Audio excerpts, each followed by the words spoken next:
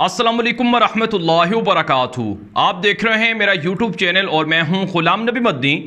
पाकिस्तान के अंदर आज तारीख़ी फ़ैसला आया है। पाकिस्तान की तारीख़ का एक मरतबा फिर बड़ा फ़ैसला आया है जिसमें पाकिस्तान के अंदर सूदी निज़ाम के ख़ात्मे की बात की गई है। आज वफाकी शरई अदालत की जानिब से एक तारीख़ी फ़ैसला 19 साल के बाद सुनाया गया है जिसमें यह कहा गया है कि पाकिस्तान के अंदर मईशत को सूद से पाक करना ज़रूरी है। सूदी लेन देन करना दुरुस्त नहीं है। तमाम बैंकों को, तमाम जो मालियाती इदारे हैं उनको सूदी निज़ाम से पाक करना होगा। इस हवाले से नाज़रीन किराम जमात इस्लामी, तंजीम इस्लामी और इसके अलावा पाकिस्तान की दीगर छोटी बड़ी मजहबी जमातें और पाकिस्तान के अंदर वो लोग जो सूदी निज़ाम के ख़िलाफ़ काम कर रहे हैं वो सब मुबारकबाद के मुस्तहिक हैं कि उनकी जद्दोजहद रंग लाई और एक मरतबा फिर पाकिस्तान के अंदर सूदी निज़ाम के ख़ात्मे के ख़िलाफ़ अदालत ने फ़ैसला सुनाया। अदालत के ताज़ा फ़ैसले के अंदर यह कहा गया है कि 2027 तक पाकिस्तान में मुकम्मल तौर पर सूद का ख़ात्मा होना चाहिए। इस्लामी बैंकारी को, इस्लामी मुआशी निज़ाम को फ़रोग़ देना चाहिए। नाज़रीन किराम फ़ैसले के अंदर यह कहा गया है कि हुकूमत को चाहिए कि इस वक्त जितना जल्दी मुमकिन हो सके सूदी निज़ाम के ख़ात्मे के लिए तेज़ी से काम किया जाए और हुकूमत पाकिस्तान के स्टेट बैंक को, पाकिस्तान के वज़ारत ख़ज़ाना को, पाकिस्तान के दुनिया के साथ मामलात को, लेन देन को सूद से पाक करे। नाज़रीन किराम देखा जाए तो ये फ़ैसला बहुत बड़ा फ़ैसला है और ये पाकिस्तान की आवाम की उमंगों की तर्जुमानी करता है। पाकिस्तान एक इस्लामी मुल्क है और पाकिस्तान इस्लाम के नाम पर वजूद में आया, कलमा तैयबा के नाम पर वजूद में आया। पाकिस्तान के अंदर जो 1973 का आइन बनाया गया था उसके अंदर यह बात लिखी गई थी, ग़ालिबन आर्टिकल 38 है कि पाकिस्तान के अंदर जो मालियाती निज़ाम है वो सूद से पाक होगा।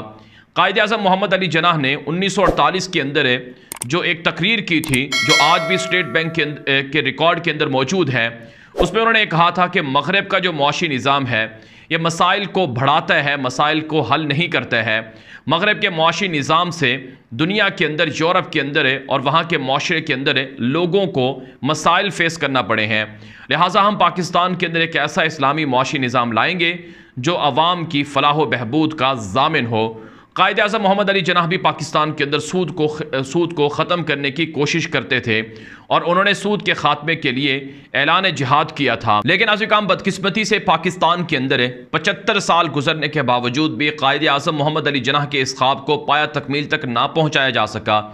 कायद-ए-आज़म मोहम्मद अली जनाह के साथ साथ पाकिस्तान के अंदर दीगर जो हुक्मरान आए उन्होंने भी सूद के ख़ात्मे की बात तो की लेकिन अमलन सूद के ख़ात्मे के लिए कोई काम ना किया।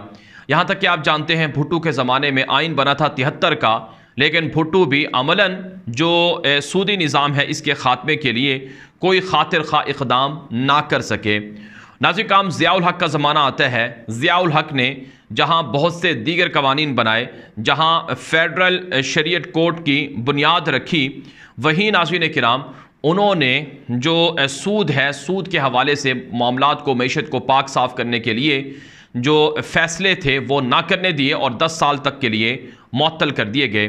इस हवाले से नाज़रीन किराम जो पाकिस्तान के मारूफ कॉलम निगार हैं, स्कॉलर हैं औरिया मकबूल जान, उनका एक कॉलम है जो आज से कई साल पहले शाया हुआ था और आज भी उन्होंने कुछ ट्वीट्स किए हैं, वो मैं आपके सामने पढ़ कर रखूँगा ताकि आपको अंदाज़ा हो सके कि पाकिस्तान के अंदर सूदी निज़ाम के ख़ात्मे के लिए क्या कुछ किया गया है और कौन कौन रुकावट बनता रहा है। और ये मकबूल जान लिखते हैं कि पाकिस्तान उम्मत मुस्लिमा के 57 से ज़्यादा मुल्कों में से वो वाहिद खुशकिस्मत मुल्क है जिसकी सुप्रीम कोर्ट ने 23 दिसंबर 1999 को एक तारीख साज फैसला देते हुए सूद को हराम करार दिया। शरीयत कोर्ट के 14 नवंबर 1991 के इस फैसले को बहाल किया जिसके मुताबिक बैंकों का हर किस्म का सूद हराम है और हुकूमत वक्त 30 जून 2001 तक हुकूमत वक्त को मोहलत दी गई थी कि 30 जून 2001 तक मुल्क से सूदी निज़ाम का मुकम्मल तौर पर ख़ात्मा कर दिया जाए।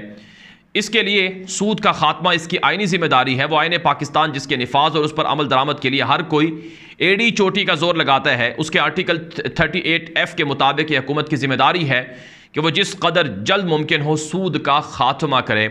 आइन का यह आर्टिकल 1973 से चला आ रहा है और उसको किसी आमिर ने आइन की किताब में नहीं डाला। 23 दिसंबर 1999 के बाद क्या हुआ और इससे पहले क्या होता रहा, यह बहुत बड़ा सवाल है। ये इस मुल्क पर मुसल्लत होने वाले अल्लाह के मुस्तकिल अजाब की बुनियादी वजह भी है और इसके गैज़ व गज़ब का पस मंज़र भी। सिर्फ इस मुल्क की सुप्रीम कोर्ट को ये एजाज़ हासिल नहीं कि इसने सूद के ख़िलाफ़ एक भरपूर फ़ैसला दिया, बल्कि इस मुल्क के बानी हज़रत क़ायद आज़म के ख़िलाफ़ हज़रत क़ायद आज़म रहमहुल्लाह सूद के ख़िलाफ़ जिहाद के पहले मर्द मुजाहिद थे। 1 जुलाई 1948 को जब उन्होंने शदीद बीमारी की हालत में स्टेट बैंक ऑफ पाकिस्तान का इफ्तिताह किया तो फरमाया, मैं इस बैंक के तहकीकी शोबे की कारकर्दगी को ज़ाती तौर पर देखूँगा। वो बैंकिंग के शोबे को इस्लाम के मुआशी और माशरती उसूलों के मुताबिक मुरतब करे। मगरब के मुआशी निज़ाम ने इंसानियत के लिए ऐसे नाकाबिल इस्लाह मसाइल पैदा कर दिए हैं कि अक्सरियत ये सोचती है कि कोई मौजज़ा ही है जो मगरब की सलमियत से दुनिया को बचा सके, जो इसके मुआशी निज़ाम ने पैदा किया है। ये तकरीर तवील है जिसे आज भी स्टेट बैंक की वेबसाइट पर देखा जा सकता है। इसमें पाकिस्तान में इस्लामी निज़ाम मईशत के पहले दाई और सूद के खिलाफ जिहाद के मुजाहिद अव्वल क़ायद आज़म ने मगरब के सेकुलर और सरमायादाराना मुआशी निज़ाम का जिस तरह से रद्द किया है वो इस ममलिकत खुदादाद पाकिस्तान ही का एजाज़ है। 1 जुलाई 1948 के दिन क़ायद आज़म की तकरीर से 23 दिसंबर 1999 के सुप्रीम कोर्ट फैसले के दरमियान बहुत से मरहले आए। हर मरहले पर हमारी जमहूरी और आमिराना हुकूमतों की मुनाफिकों और अल्लाह के साथ चालबाजियों की दास्तानें नजर आती हैं। दिसंबर 1969 में इस्लामी मुशावरती कौंसिल ने ढाका में मुनक्किदा इजलास में बैंक के कर्जों, saving certificate, price bond, postal life insurance वगैरह सबको सूद करार दिया और उसके खात्मे के लिए इक़दाम तजवीज़ करने को कहा। 1973 में आईन पाकिस्तान में सूद का खात्मा हुकूमत की जिम्मेदारी करार दी गई, लेकिन अपने सारे दौर में जुल्फ़िकार अली भुट्टो ने इस जानिब अमल दरामद की तरफ एक कदम भी ना उठाया। 1981 में जनरल ज़ियाउल हक ने फेडरल शरीयत कोर्ट कायम की, लेकिन मुनाफ़िकत देखें कि 10 साल तक इस पर पाबंदी लगा दी कि वह मुआशी मामलात का कोई केस नहीं ले सकेगी, यानी सूद के खिलाफ फैसले की जुर्रत ना करे। जैसे ही ये 10 साल की मोहलत 1991 में ख़त्म हुई, वफाकी शरीयत अदालत ने तवील समातों के बाद 14 नवंबर 1991 को तारीखी फैसला दिया और बैंकों के सूद को हराम करार देते हुए हुकूमत को 6 माह की मोहलत दी कि वो इस अरसे में बैंकों से सूद ख़त्म कर दे। नवाज शरीफ बरसर इक़्तिदार थे, उन्होंने शरीयत कोर्ट के इस फैसले के खिलाफ सुप्रीम कोर्ट में अपील कर दी। इसके बाद बेनज़ीर भुट्टो आई, फिर नवाज शरीफ, लेकिन हुकूमत सुप्रीम कोर्ट से तारीखों पर तारीखें लेती रही। किसी हुक्मरान में जुर्रत ना हुई कि अल्लाह से डरते हुए अदालत से अपनी अपील को वापस ले लेती। यूँ 23 दिसंबर 1999 का दिन आ गया और सुप्रीम कोर्ट का वज़ीम फैसला आ गया। परवेज़ मुशर्रफ अभी संभलने भी ना पाया था, लेकिन वो इन जमहूरी हुक्मरानों से ज़्यादा चालाक था। वो ख़ुद अदालत नहीं गया, बल्कि एक सरकारी बैंक यूनाइटेड बैंक को हुक्म दिया कि वो इस फैसले के खिलाफ नजर सानी की अपील करे। अपील दायर होती है, सुप्रीम कोर्ट के तमाम उसूल रद्दी की टोकरी में फेंक दिए जाते हैं। नजर सानी हमेशा वही जज करते हैं जिन्होंने फैसला दिया हो, लेकिन यहाँ बेंच से सिर्फ एक जज को लिया गया। इस मुल्क के आला तरीन वकला बैंक के सरमाया पर अदालत के बानों में बोलते रहे। मैं उनके फ़िक्रे सोचता हूँ तो काँप उठता हूँ। रज़ा काज़िम ने कहा, वफाकी शरीयत अदालत को क्या हक हासिल है कि वह सूद को हराम करार देने के बारे में फ़ैसला करे। ये तो एक आइनी जिम्मेदारी है जो आर्टिकल 30F तक वफाकी हुकूमत की है।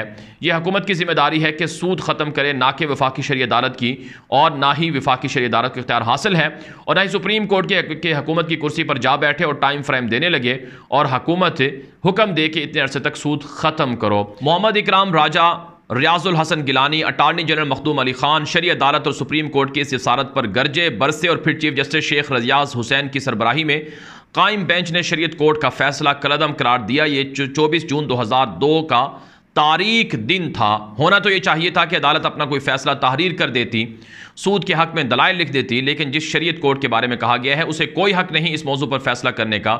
उसी को ये केस वापस कर दिया गया। इस सानहे को ये औरिया मकबूल जान ने ये जो कॉलम लिखा जो मैं आपके सामने रख रहा हूँ, ये 2013 का कॉलम है, लेकिन आज 2022 है, तो आज पाकिस्तान के अंदर 19 साल गुजर गए हैं। सूद के मामले में जो अदालतों के फैसले थे वो नहीं आ सके।